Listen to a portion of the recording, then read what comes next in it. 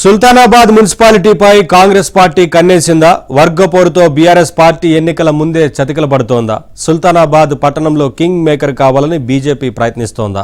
Peddapalli MLA విజయరమణారావుకు Sultanabad municipality గెలవడం సవాల్గా మారిందా? Watch this ABN special story.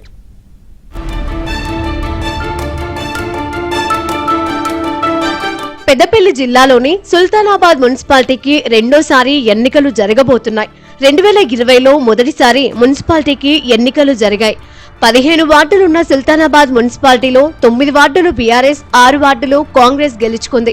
Municipal chairman పీఠాన్ని తొలిసారిగా బీఆర్ఎస్ కు చెందిన ముత్యం సునీతను అధిష్టానం ఎంపిక చేసింది. అయితే బీఆర్ఎస్ లోనే మరో వర్గం ప్రతిపక్ష కాంగ్రెస్ తో కలిసి పలు సందర్భాల్లో అవిశ్వాస తీర్మానం పెడతారంటూ గతంలో అనేక సందర్భాల్లో ఆరోపణలు చేసింది. అయితే బీఆర్ఎస్ అధికారంలో ఉన్నన్ని రోజులు మున్సిపల్ చైర్మన్ గా సునీతనే కొనసాగింది.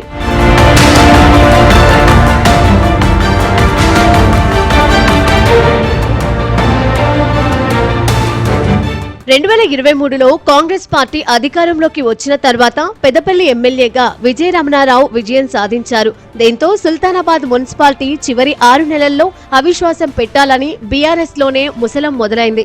బీఆర్ఎస్ పార్టీకి చెందిన గాజుల లక్ష్మి కాంగ్రెస్ పార్టీలో చేరి అవిశ్వాస తీర్మానం పెట్టారు. అవిశ్వాస తీర్మానంలో బీఆర్ఎస్ చైర్మన్ గా సునీతను ఓడించి కాంగ్రెస్ తరపున సుల్తానాబాద్ మున్సిపాలిటీలో చైర్మన్ పై గాజుల లక్ష్మి విజయం సాధించారు. సుల్తానాబాద్ మున్సిపాలిటీగా ఏర్పడిన మొదటి దఫానే అనేక రాజకీయ సమీకరణాలు గందరగోళం సృష్టించాయి. తొలి విడతలోనే అవిశ్వాస తీర్మానం పెట్టడం రాజకీయంగా చర్చనీయాంశంగా మారింది. ప్రస్తుతం వార్డుల రిజర్వేషన్లలో తీవ్ర మార్పులు జరిగాయి. ఇదే సమయంలో సుల్తానాబాద్ మున్సిపాలిటీని ఈసారి జనరల్ కు కేటాయించారు. దీంతో చైర్మన్ గా పోటీ పడేందుకు ఆశావహుల సంఖ్య క్రమంగా పెరుగుతోంది. మున్సిపల్ చైర్మన్ గా ఎవరిని నియమించాలన్న అంశం అధికార పార్టీ ఎమ్మెల్యే విజయరమణారావుకు తలనొప్పిగా మారింది. ఇదే సమయంలో మున్సిపాలిటీని గెలిపించుకోవడం కూడా ఎమ్మెల్యే ముందు అతిపెద్ద సవాల్గా మారింది.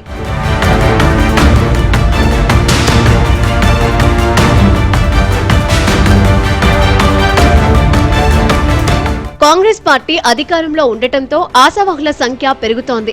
వార్డుల్లో తమకే టికెట్ వస్తుందని కౌన్సిలర్ అభ్యర్థులు ఎమ్మెల్యే చుట్టూ ప్రదక్షిణలు చేస్తున్నారు. వివిధ వార్డుల నుంచి ఎమ్మెల్యే విజయరమణారావు సర్వేల ఆధారంగా లిస్టును ఫైనల్ చేస్తున్నారు.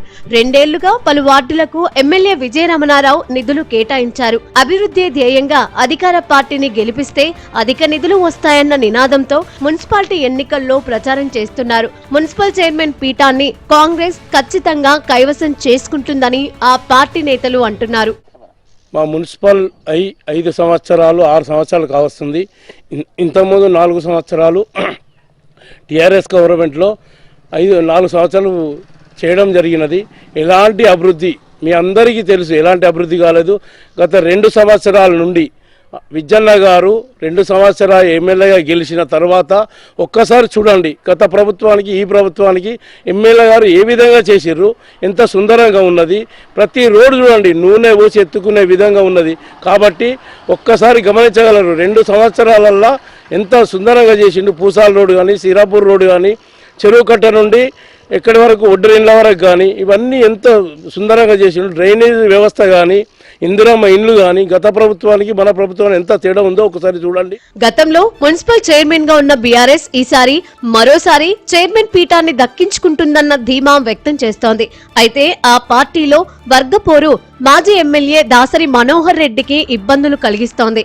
మొదటిసారి ఆ పార్టీకి కావలసినంత కోరం కౌన్సిలర్లు ఉన్నప్పటికీ అవిశ్వాస తీర్మానం పెట్టి పార్టీని ఇబ్బందులకు గురి చేశారు. అంతర్గత పోరుతో బీఆర్ఎస్ ఇబ్బందులు పడుతోంది. ఇదే సమయంలో కేంద్రంలో అధికారంలో ఉన్న పార్టీగా బీజేపీ సత్తా చాటాలని భావిస్తోంది. బీఆర్ఎస్ ను వెనక్కి నెట్టి కింగ్ మేకర్ గా అవతరిస్తామని బీజేపీ చెబుతోంది.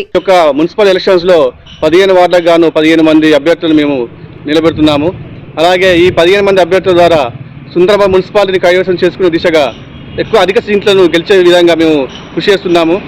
ఈ యొక్క మున్సిపాలిటీలో గత ప్రభుత్వం చేసినటువంటి నిర్లక్ష్య పనులను ఎండగడుతూ నరేంద్ర మోడీ గారు చేసినటువంటి అభివృద్ధి పనులను మేము ప్రజల దృష్టికి తీసుకెళ్లి అధిక సంఖ్యలో గెలిచే విధంగా మేము కృషి చేస్తామని సందర్భంగా తెలియజేస్తున్నాను. కేంద్ర ప్రభుత్వం మున్సిపాలిటీకి వచ్చే నిధులు కేంద్ర ప్రభుత్వం ద్వారా వచ్చే నిధులు కాబట్టి ఈ యొక్క విషయాన్ని ప్రజల దృష్టికి తీసుకెళ్లి మేము కూడా అభ్యర్థులందరం ఒక మేనిఫెస్టో, మా వార్డు వైజ్ ఒక మేనిఫెస్టో తయారు చేసుకున్నాము. మొత్తానికి సుల్తానాబాద్ మున్సిపాలిటీ ఎన్నికల్లో త్రిముఖ పోరు కనిపిస్తోంది. అధికార పార్టీకి కొంత అడ్వాంటేజ్ ఉండగా బీఆర్ఎస్ మరోసారి సత్తా చాటాలని భావిస్తోంది. బీఆర్ఎస్ కాంగ్రెస్ మీద వ్యతిరేకత కారణంగా బీజేపీ కూడా సుల్తానాబాద్ పట్టణంలో మెజార్టీ స్థానాలు గెలవాలని చూస్తోంది. మరి సుల్తానాబాద్ ఓటర్లు ఎవరికి పట్టం కడతారో చూడాలి.